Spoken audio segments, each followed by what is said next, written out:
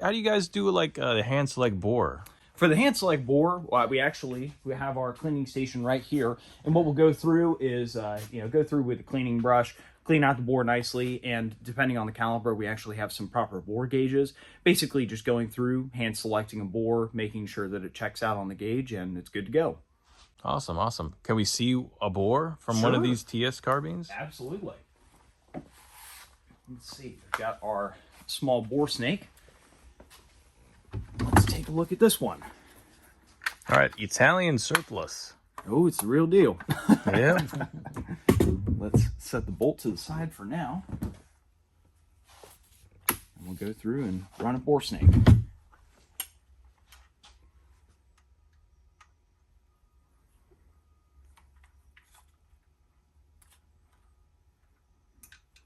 And a lot of these Italian surplus, a lot of the condition on a lot of these can be kind of iffy over time just due to, the corrosive ammunition and the way they were stored.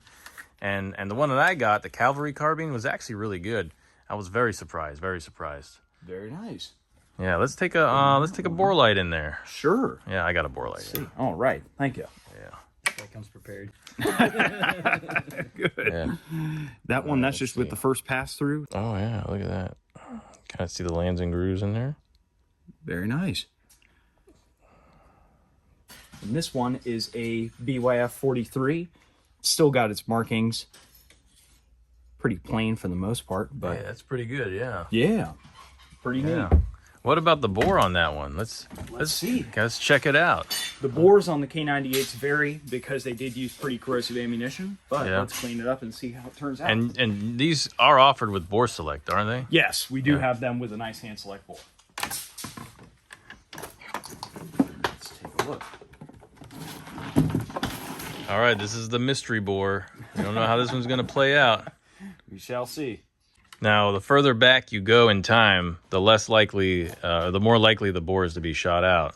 Yep. Like, so with your antiques and the World War I stuff, you're probably going to see they were used during both wars. And, Absolutely.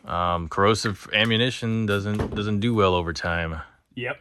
Especially because a lot of these weapons were entered into storage in about the mid-1970s after the communist takeover, and they were probably not very well cleaned, or some of them at least. So they will have been sitting in a warehouse for at least 40, 50 years with that corrosive ammunition still having been fired.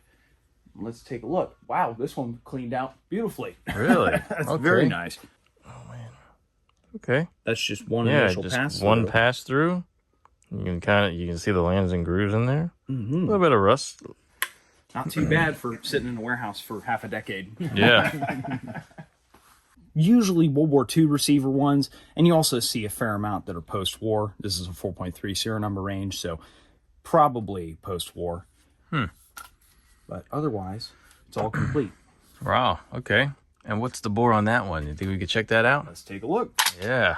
So a lot of people are concerned with the bore condition because they like to take these out to the range. They like to shoot them, like to enjoy them while they're still available, before they really, really get collectible, where now they're safe queens and, ammunition is still available too. So people do enjoy plinking and taking a piece of history out and enjoying it.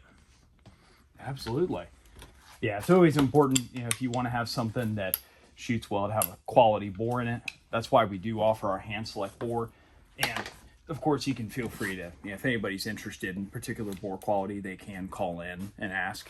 We do have pretty competent customer service up front that is able to relay exactly the condition of some of the bore quality. As we've mentioned before, some of the older guns that are nearing like 100 or 130 years old may not have the best bore. It's just how it is. That's how it is. Yeah. But other guns like these, they generally clean up pretty nicely. So All right. Let's take a look. Let's take it out. Okay, so I can see some lands and grooves in there. Not as bad as the K98, but it should clean up real nice. Just some oil and bore cleaner, probably. Exactly. Not bad at all. Really, something interesting about these carbines is that a lot of them, they appear to have carried a lot, but they didn't shoot them as much.